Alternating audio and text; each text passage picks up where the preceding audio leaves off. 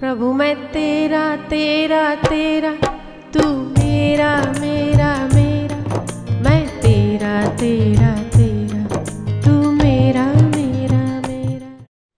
एक बार कर्ण और कृष्ण की बात होती है और कर्ण कृष्ण को उल्हाना देते हैं कि कृष्ण, मेरे जीवन में बड़ी दुखद दुखद घटनाएं हो गई। तुम्हें पता है कि मैं जब पैदा हुआ था तब मेरी माता मुझे नहीं मिली और मेरी माता ने मुझे नदी में परवान कर दिया, बहा दिया। मुझे किसी दासी और दासी के पत्नी ने मुझे पाला, इसीलिए मेरा नाम राधेय हो गया। कृष्ण सुन रहे थे क्योंकि कृष्ण ने कर्ण को एक सवाल पूछा था कि कर्ण, तुम कुंती के छठे पुत्र हो, मतलब पहले पुत्र हो। 5 पांडव तो धर्म पर चले पर तुम नहीं चले, मुझे बड़ा आश्चर्य लगता है।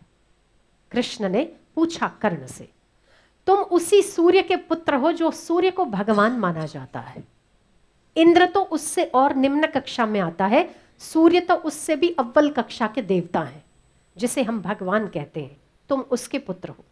मैं नहीं मानता कि तुम में धर्म का अंश ना हो। मैं नहीं मानता कि तुम धर्म के लिए लड़कर मर मिटने में लिए समर्थ ना हो। फिर तुमने कौरवों का पक्ष क्यों लिया? इस सवाल पर कर्ण उत्तर देते हैं कृष्ण को, कृष्ण, आज तुम मुझे याद दिला रहे हो कि कर्ण, तुम कुंती के पहले पुत्र हो। आज तुम मुझे याद दिला रहे हो कि कर्ण, तुम धर्मनिष्ठ हो। कर्ण, तुम सूर्य के पहले पुत्र हो। कर्ण, तुम में धर्मात्मता विद्यमान है। कर्ण, तुम साहसी हो, तुम वीर हो, तुम बलवान हो। फिर तुमने कौरवों का साथ क्यों दिया? आज तुम्हें याद आता है कृष्ण? तुम तब कहां चले गए थे जब मेरी मां ने अपने कुमारिका होने का भंग होने के डर से मुझे जब नदी में परवान कर दिया और मुझे किसी दासी पुत्र ने, दासी की पत्नी ने पाला, तब तुम कहां चले गए थे? मैं जब थोड़ा बड़ा हुआ और मुझे राज्य से निष्कासित कर दिया गया, मुझे अपने घर से दर बदर में भटकता फिरा केवल उस दीक्षा के लिए। जो परशुराम ने मुझे दीक्षा दी उसके लिए मैंने कितने यत्न किए। क्या उस समय आपने पांडवों के साथ मेरी दीक्षा का प्रबंध किया था? बात हकीकत है, सत्य है, और उसका सवाल भी जायज था। कर्ण पूछता है कृष्ण से कि कृष्ण, क्या जिस समय मेरा दासी पुत्र कहकर अपमान किया जा रहा था और अर्जुन ने, तुम्हारे प्रिय अर्जुन ने किया, उस समय मुझे अंग देश का राजा बनाकर मुझे मित्रता का सम्मान देने वाला दुर्योधन था, क्या उस समय तुम आगे आए थे? और क्या अर्जुन ने यह कहा था कि मैं तुम्हें राज्य दे देता हूं, तुम मेरी मित्रता स्वीकार करो?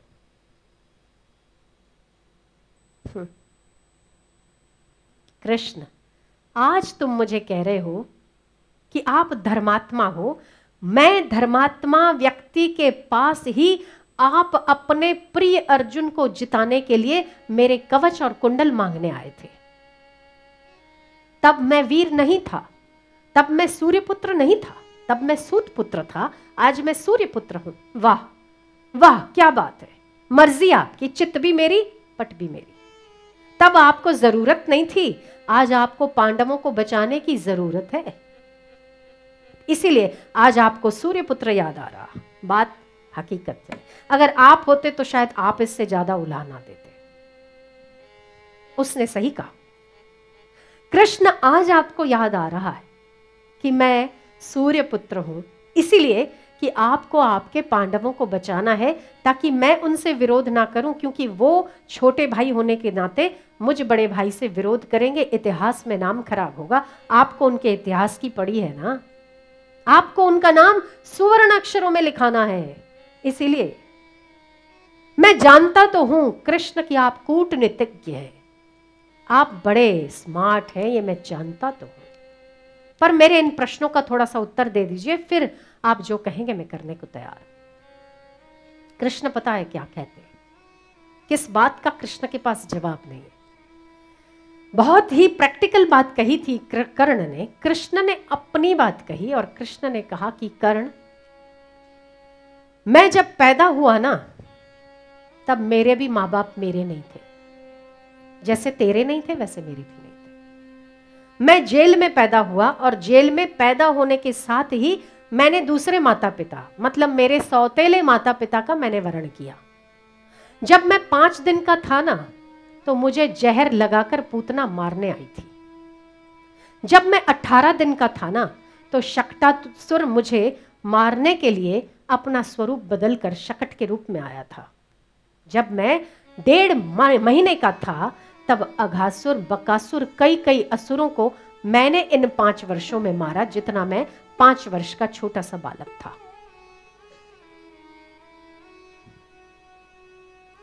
कर्ण, मैंने मक्खन की चोरी की, इसलिए नहीं कि मुझे मक्खन खाने को नहीं मिलता था, केवल इसलिए कि मेरे व्रज के जो दुबले पतले ग्वाल गोपाल हैं, उनका मक्खन कर के रूप में कंस के पास जाता था। उस कंस से मक्खन को बचाने के लिए मैंने चोरी करके अपने बच्चों को खिलाया। ये मैंने जगत के लिए किया है, अपने लिए नहीं। मैंने अपने लिए नहीं की वो चोरी। अगर मैं चाहता तो मेरे पिता के पास 9 लाख गायें थी। कितनी? 9 लाख गायें।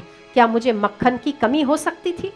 फिर भी जो चोरी मैंने की वो केवल इसीलिए की कि हमारे व्रज के भोले भाले ग्वाल और गोपियां उस प्रेशर में दबे हुए थे कि अगर 50 किलो छाछ का मक्खन अगर 500 ग्राम भी निकलता है तो भी हमें कंस को जमा करना है। उस प्रथा को तोड़ा मैंने कर्ण। इसमें मेरा क्या है? कुछ भी नहीं। उन ग्वाल गोपों का है, उनकी रिष्ट पुष्टता है। छोड़ो कर्ण, मैं आगे बढ़ता हूं। जब मैं किशोर अवस्था में पहुंचा ना, तब तक मुझे पता चल चुका था कि मेरा सगा मामा मुझे मारने के लिए तैयार है और मेरे लिए एक रंग भूमि बनाता है और मुझे कहता है कि आओ पुत्र, तुम्हें गले लगाता हूं। उस गले लगाने के पीछे उसकी मंशा मुझे मार डालने की थी। मेरे मन का कुछ नहीं हुआ कर्ण, कुछ भी नहीं। जब मैंने मथुरा से कंस की मुक्ति की, वो राज्य मैंने नहीं लिया। मैं चाहता तो मैं ले सकता था, पर मैंने नहीं लिया। मैंने उसके पिता उग्रसेन को राजगद्दी दी और ये धर्म युद्ध में मैंने उनको सम्मानित करते हुए एक पिता को पिता का हक दे दिया। वो मैंने अपने लिए नहीं, जगत के भले के लिए किया। कर्ण, तुमने तो वहां शादी की ना जहां तुम्हें अपनी पत्नी प्रिय लगी। तुमने उसी लड़के से विवाह किया ना जो लड़की तुम्हें पसंद की थी। कर्ण ने कहा हाँ। कृष्ण कहते हैं मैंने तो उस लड़की से विवाह ही नहीं किया जो लड़की मुझे पसंद थी। मैंने तो उन लोगों से विवाह किया जो लोग लाचार और बेबस थे। कर्ण, तुम्हारे पुत्र और पुत्री तो हैं। हाँ है। मेरे पुत्र 100 पुत्र। मेरे पुत्रों को श्रापित गांधारी ने आपस में लड़ने का श्राप दिया। वो किस लिए? मैंने अपने लिए युद्ध नहीं किया, इस संसार को अधर्म से मुक्ति दिलाने के लिए युद्ध किया। पर मेरे 100 के 100 पुत्र बलि चढ़ गए, फिर भी मैंने कभी धर्म का साथ नहीं छोड़ा। कोई भी कारण हमें धर्म से हिलाने के लिए बाध्य नहीं करता। कोई भी परिस्थिति हमें अधर्म का साथ देने के लिए बाध्य नहीं करती कर्ण।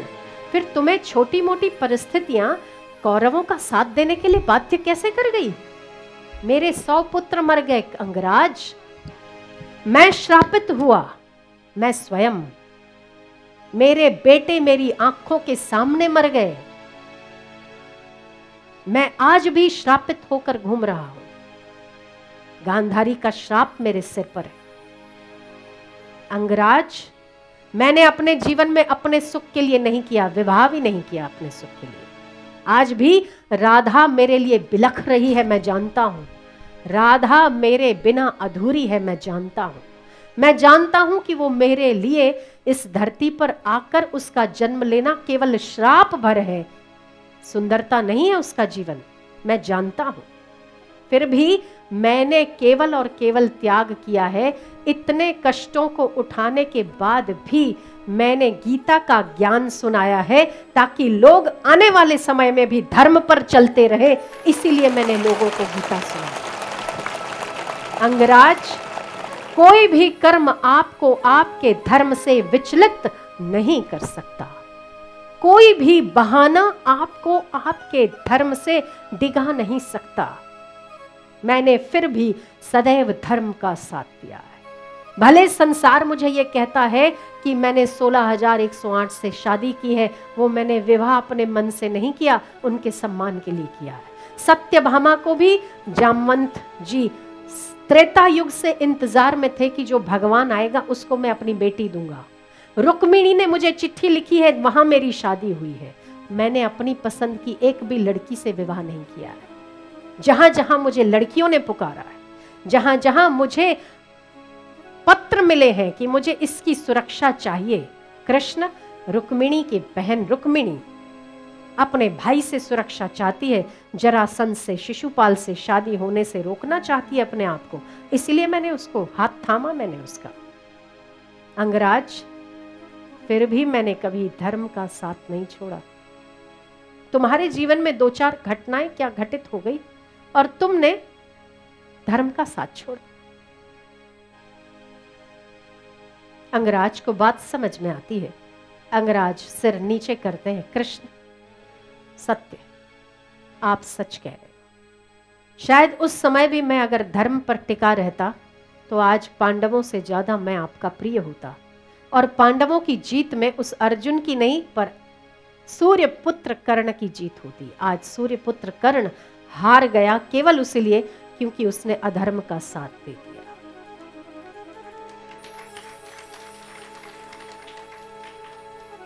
हम भी आपसे कहते हैं कि आपके जीवन में करोड़ों परिस्थितियां आई होंगी या आती होंगी। मैं बहुत दुखी हूँ, मैं बहुत परेशान हूँ, मेरा स्वास्थ्य ठीक नहीं है, मेरी पत्नी मेरे से सही नहीं चलती, मेरे पति ने मुझे निकाल दिया है, मेरे बच्चे मेरे से सही चलते नहीं हैं, मेरे बच्चे मेरी बात नहीं मानते, मेरा प्रमोशन होता नहीं है, मेरे बाहर सम्मान नहीं है। ये जो भी प्रॉब्लम्स आपके पास है, कृपया एक बार आईने के सामने खड़े रहकर अपने आप से ये सवाल पूछिएगा कि आज के पहले क्या कभी ऐसी सेम की सेम प्रॉब्लम किसी और के पास थी, या आप ऐसे आखिरी या पहले हो। आपको उत्तर मिलेगा कि आप वो पहले नहीं हो जिसके पास प्रॉब्लम्स है। प्रॉब्लम्स इस संसार में हर व्यक्ति के पास है। ये संसार में जिस किसी व्यक्ति ने असफलता का मुख ना देखा, ऐसा कोई पैदा ही नहीं हुआ। वो कृष्ण हो, चाहे वो राम हो, चाहे वो महावीर हो, चाहे वो बुद्ध हो, तो आपकी और हमारी बात क्या है? ऐसा एक भी व्यक्ति इस संसार में जन्म नहीं लिया है जिसने कभी न कभी असफलता का मुख ना देखा हो।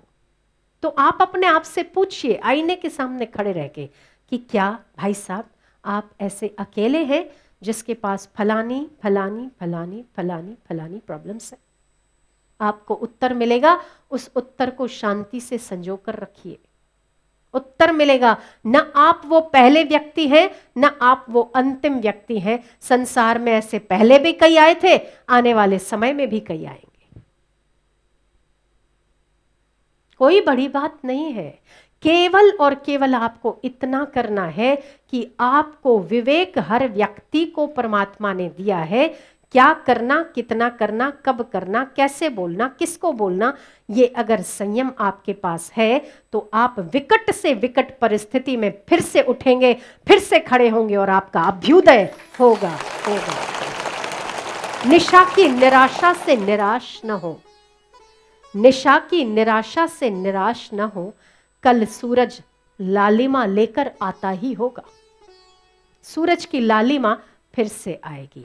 आज की गम की अंधेरी रातों में दुखी न हो, कल खुशियों का चंद्रमा फिर से उदय होता ही होगा। प्रभु मैं तेरा तेरा तेरा, तू मेरा मेरा।